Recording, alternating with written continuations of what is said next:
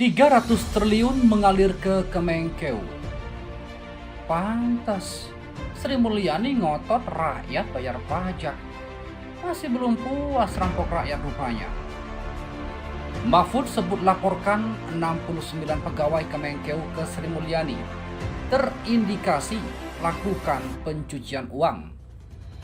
Mengutip demokrasi.id, Menteri Koordinator Bidang Politik, Hukum dan Keamanan atau Menko Polhukam Mahfud MD mengatakan telah mengirimkan laporan dugaan pencucian uang yang dilakukan 69 pegawai Kementerian Keuangan atau Kemenkeu kepada Menteri Keuangan Sri Mulyani. Mahfud yang juga berstatus sebagai Ketua Tim Pengendalian Tindak Pidana Pencucian Uang atau TPPU mengirimkan laporan tersebut berdasarkan data yang diperolehnya dari Pusat Pelaporan dan Analisis Transaksi Keuangan atau PPATK. Saya kirim lagi ke Bu Sri Mulyani, ada 69 pegawai Kemenkeu yang sudah dilaporkan oleh PPATK diduga melakukan pencucian uang. Sebanyak 69 orang dilaporkan oleh PPATK ke Menteri Keuangan pada bulan September 2019. Ujar Mahfud dalam acara bersama Kompas Gramedia di Menara Kompas Tanah Abang, Jakarta Pusat. Oh ya, nanti saya periksa, kata Mahfud menurutkan omongan Sri Mulyani merespon laporan tersebut.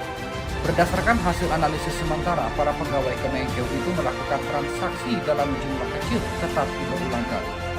Transaksinya kecil-kecil lah, 10 juta sampai 15 juta rupiah, tetapi bisa 50 kali, ujar Mahfud MD. Kemudian Mahfud mengungkapkan bahwa Sri Mulyani berkomitmen akan menindak para pegawainya itu apabila terbukti melakukan pencucian uang. Nah, ini kebetulan mumpung ibu lagi nangani itu, saya kasih katanya.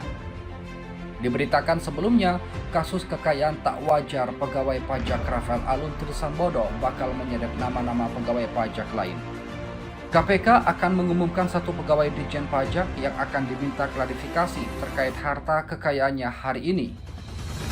Deputi Pencegahan dan Monitoring KPK Pahala Nainggolan mengatakan KPK akan memeriksa ex-pejabat Bea dan Cukai terlebih dahulu sebelum mengungkap kekayaan ganjil pegawai pajak selain Rafael Alun Trisambodo. Tapi yang kami pastikan, besok kami umumkan satu lagi pegawai Ditjen Pajak yang akan kita periksa LHKPN-nya, kata Pahala saat ditemui di gedung ACLC KPK Jakarta Selatan. Pahala mengatakan pemeriksaan terhadap pegawai pajak ini akan menunjukkan bagaimana pola geng di lingkungan Ditjen Pajak. Menurutnya Rafael Alun Trisambodo memang memiliki banyak teman di lingkungan Ditjen Pajak. KPK kemudian mengenai terdapat pola yang digunakan kelompok tersebut dalam menyamarkan kekayaan mereka. Karena ada kaitannya dengan yang ini, Rafael, ujar Pahala. Sementara itu, perhatian, Menkeu Sri Mulyani ancam harga BBM bisa naik 3 kali lipat jika masyarakat tak bayar pajak. Menteri Keuangan Sri Mulyani Indrawati mengeluarkan pernyataan keras terkait maraknya seruan masyarakat untuk tidak membayar pajak. Menurutnya hal ini akan menjadi ancaman serius bagi perekonomian Indonesia yang bisa berdampak pada kenaikan harga bahan bakar minyak atau BBM hingga 3 kali lipat. Pajak menjadi penopang utama anggaran pendapatan belanja negara atau APBN sehingga pada akhirnya bisa menjadi shock absorber. Subsidi BBM yang selama ini dialokasikan bersumber dari APBN, jelas Sri Mulyani.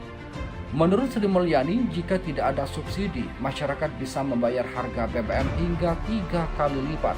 Oleh karena itu, ia menegaskan bahwa membayar pajak adalah tanggung jawab warga negara yang harus dipenuhi.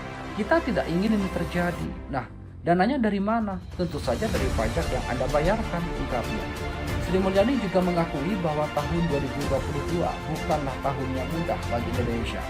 Namun dia berkomitmen untuk terus bekerja luar biasa untuk menghadapi kondisi yang tidak kalah extraordinary. Kita harus terus bekerja keras dan selalu mendukung untuk menghadapi berbagai tantangan di masa depan. Kita tidak bisa mengandalkan subsidi untuk mengatasi masalah ekonomi kita, tutupnya. Kabar baiknya, saat perekonomian dunia sedang terkoreksi sangat dalam, lonjakan harga energi hingga inflasi yang meroket di beberapa daerah Indonesia masih tumbuh 5,3%. Kondisi Indonesia berada sangat baik. We are really good energy, ekspor kita masih bagus, current account kita surplus, penerimaan negara kita tumbuh bahkan hingga 48% sampai dengan Januari ini. Ini semua terjadi ketika dunia sedang dalam situasi tidak baik-baik saja, ungkap. Sebelumnya, seruan tidak membayar pajak sempat menggema menyusul kasus penganiayaan yang melibatkan anak pejabat pajak Rafael Alun Trisambodo.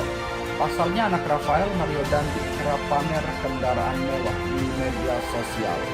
Mohon kepada pihak terkait, pihak berwajib dan pihak yang bersangkutan untuk mengklarifikasi kebenaran berita ini. Kami hanya melansir dan memberitakan, Andalah yang memutuskan.